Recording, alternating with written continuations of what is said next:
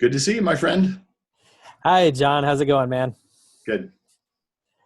Well, so here, John and I are here for the next Luke 10 newsletter, and we wanted to have a bit of a different conversation today where I'm wanting to ask John some questions about his experience in church planting before Luke 10. So the Luke 10 organization isn't the first time that John has been a pastor of any kind. It's not the first time that he has planted any kind of church. And I've got a feeling that the experiences in John's past of church planting before Luke 10 were somewhat formational in the way that we now do church together in Luke 10. So, John, like I said, I'd like to invite you to just tell us a little bit about some of your earlier church planting experiences and what were those like? What happened there? Well, I had a glorious history of church planting, Roston. I was thinking about that today, so I want to frame it with our 10:2b prayer, right? So, Okay. 10, verse 2, part B, beseech the Lord of the harvest to send forth workers or thrust out workers into the harvest. And that word to thrust out in the Greek is ekbalo. And so balo means to throw or cast, ek is out. And so it's the same word that gets used for casting out demons. So we think the Lord of the harvest kind of thrusts people out. And I realized that my process of being ekbaloed was a sort of a two-part process, moving me out of, in my case, out of traditional church. And so I want to talk mainly about the first half of that experience. So by the late 80s, 1980s, I had been a pastor in traditional churches for about 15 years. And at that particular point, I was on staff with a megachurch.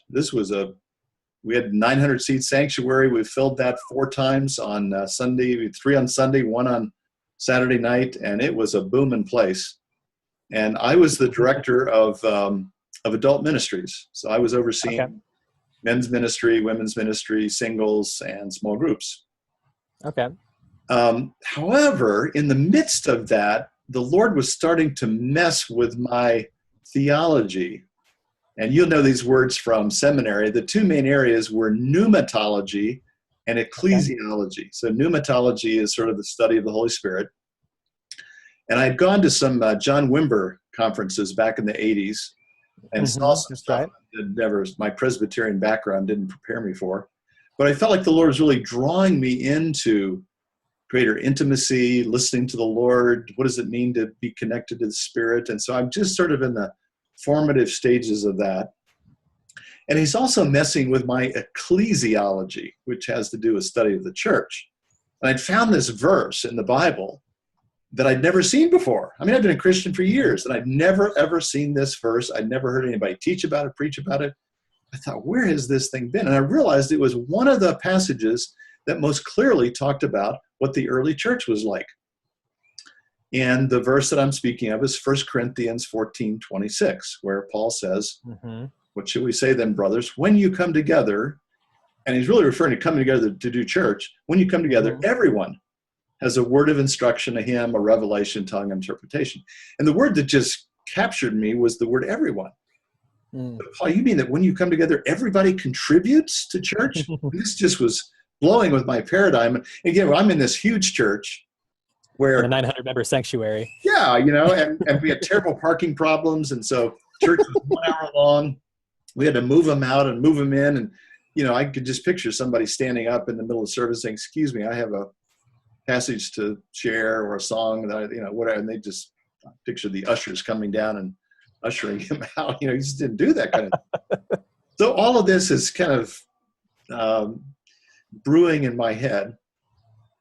And about this time, Tamla and I started a Sunday school class, and we started it for older singles. It just wasn't much for older singles. We started a class. We had about 15 in the class. But I told them from the very beginning, we're going to be talking about how to listen to the Lord's voice and even practicing that right here in Sunday school.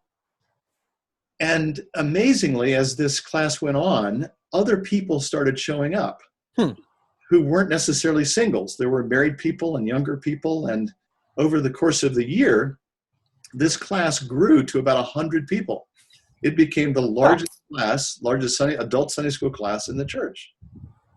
And we were doing things like waiting on the Lord, and it was, and sometimes God actually showed up, and, things happen. I remember one Sunday we were waiting on the Lord, and some people began weeping right in the middle of Sunday school class. And that week, one of the elders called me up and said, that's really not appropriate for Sunday school class. You need to put a stop to that.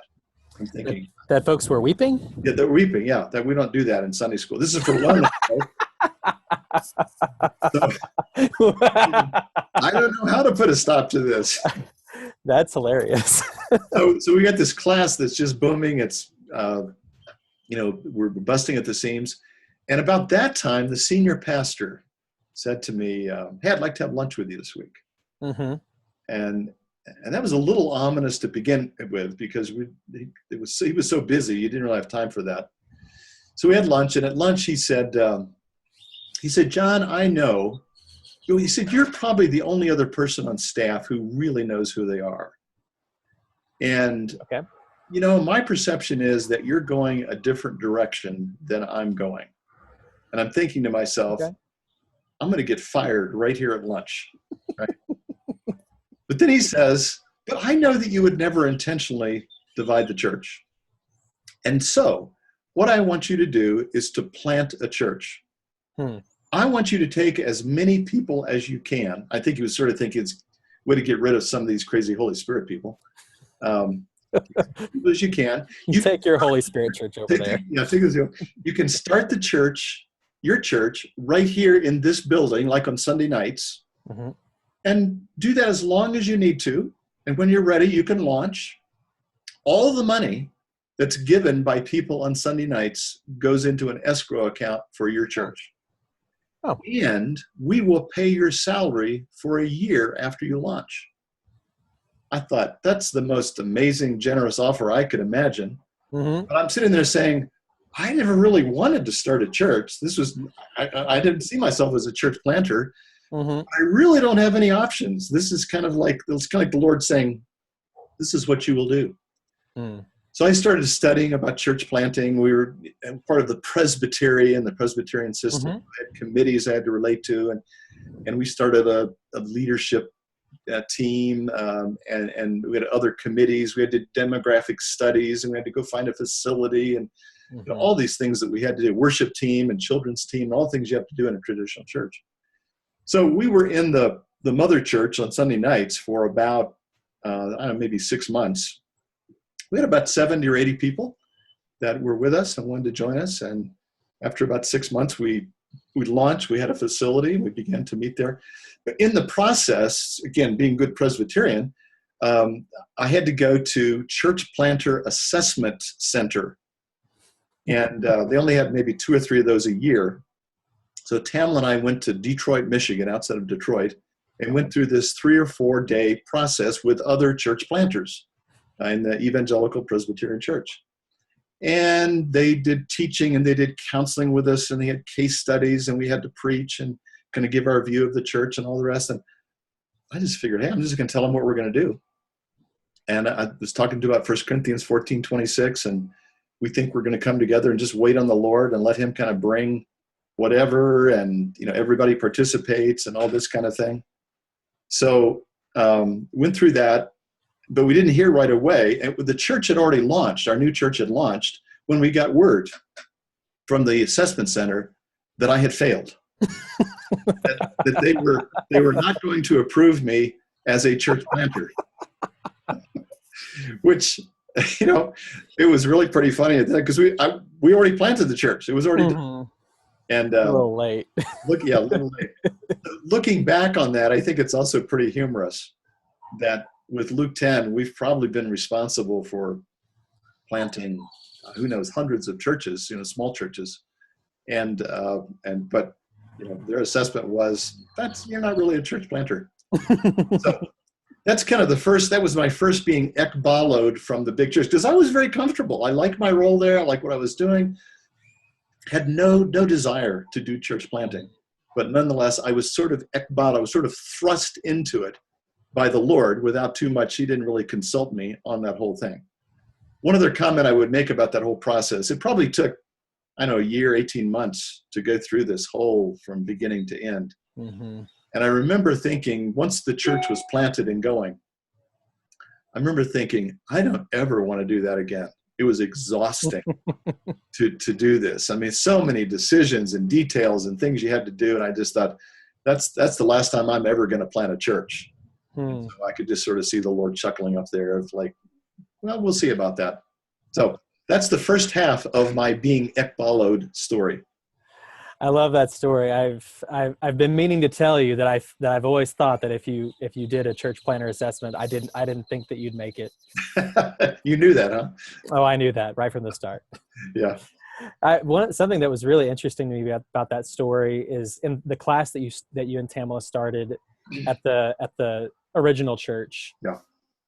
It's so interesting that you started it for the older singles, but as you went through, as you kept going on, it didn't stay older singles. That it's almost like forming community around listening to God, listening to Jesus.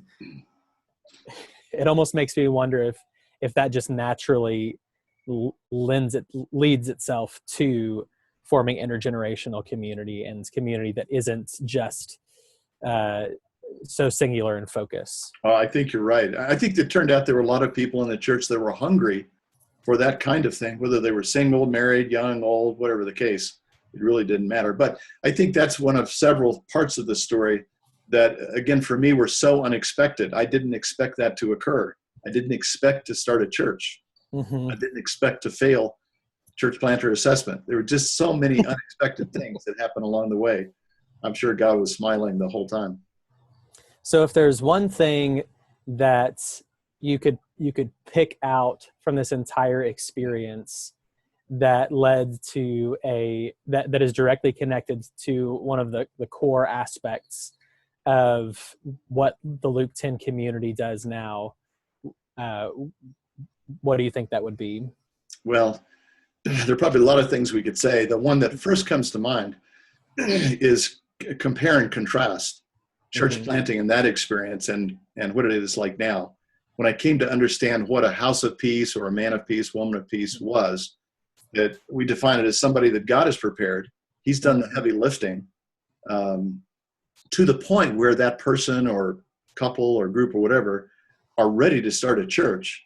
So now I say, I can start a church in 30 minutes. I mean, I can explain to them the two rhythms and I can tell them enough for them to start a church. And the idea that you start a church with two people. You don't have to have 80 people to start a church.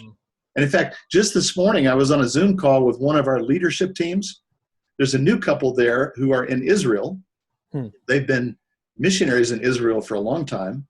In fact, they're coming to our Labor Day conference. Wonderful couple. And they were talking about the fact that they had been a part of a congregation there in Israel, but they were duns. They're duns in Israel as well as in the U.S. And they had just, out of just exasperation, it was very controlling, and they had just left. And so their words were, the wife said, we're without a congregation now. And I said, so how many people do you need to have a congregation? And she thought about it for a moment. She said, well, I guess 2, because they've already learned about CO2s and rhythms and all the rest. And she said, I guess 2. I said, I'm going to have everybody who's on this Zoom call, put your hand up on the screen, and we're going to bless you, the 2 of you, to be a congregation. So this morning, a Zoom call, we started a church in Galilee. And it's that easy. It's like church planting went from being one of the hardest things in the world to being one of the easiest things if you have a person of peace. And what good can come from Galilee? Yeah, somebody else said that. Huh? It's actually Nazareth, I'm pretty sure, but whatever. Yeah. Well, this has been really good. We're going to pick up on this conversation again in the future. But yeah, I'm really excited to see where this keeps going, because I think your story, from what I can tell, it definitely resonates with my experience in what is expected in church planting and what so many of the assumptions are about how difficult it has to be, and But really, like what you were just saying, it's once you've found that emotionally and spiritually mature couple to sort of be the core of that church, that emotionally spiritually mature couple that knows, that is prepared to follow Jesus and lead others into Jesus in community. That's just so much easier than what any of the church planting organizations that I know that talk about this kind of stuff. It's all these huge strategies and all these big committees, and it's I agree, it's exhausting. And terrifying, to be completely honest. Well, I'll look forward to the second installment when we're ready to do that. And I have to give you a preview. The second part of my Ekbalo story is way worse than this part. So there were some ugly things that happened in that process of God kind of booting me out of my comfortable place. So that's coming up. And then I also want to just, as we end this, Russ, and just say I really appreciate the work you're doing in making these videos and sending out the Luke 10 newsletter. I think you're doing an awesome job with that. So thank you. Thank you. I appreciate it very much. I look forward to hearing the rest of that story. And I have to say, the people in Michigan, the second part of the story is worse. I guess they were right about you. I hope they're having as much fun as I'm having.